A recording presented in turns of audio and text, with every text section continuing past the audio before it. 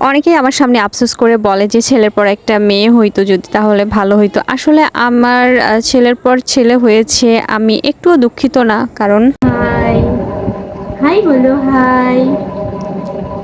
হুম, আমার ঘুম পাচ্ছে ঘুম পাচ্ছে।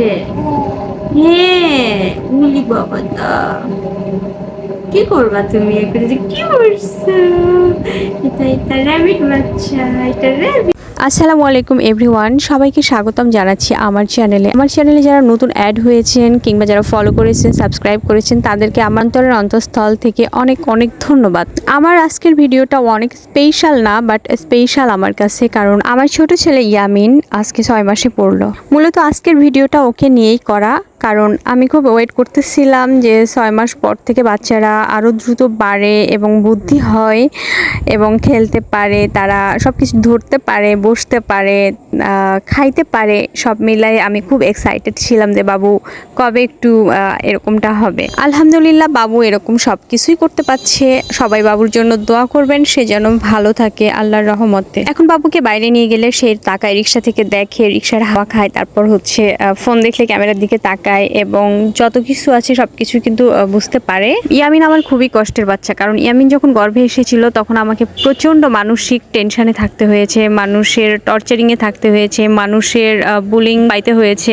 তো এই জন্য আমি বলবো যে বাবু আমার খুবই কষ্টের বাচ্চা। আর ও কিন্তু এ মাসেই গর্ভে এসেছিল আমাদের প্রথম। তো আমরা প্রথম জানতে পারি যে বাবু আমার পেটে। 23 সালের মে মাস আর 24 সালের মে মাসের মধ্যে অনেকটাই তফাৎ, কারণ 23 সালের মে মাসটা খুবই কষ্টের ছিল আমার জন্য, কারণ প্রেগনেন্সির ফার্স্ট মান্থ ছিল। আর 24 সালের মে মাসটা কিন্তু আলহামদুলিল্লাহ আমি বেবিটা পেয়ে গেছি আলহামদুলিল্লাহ।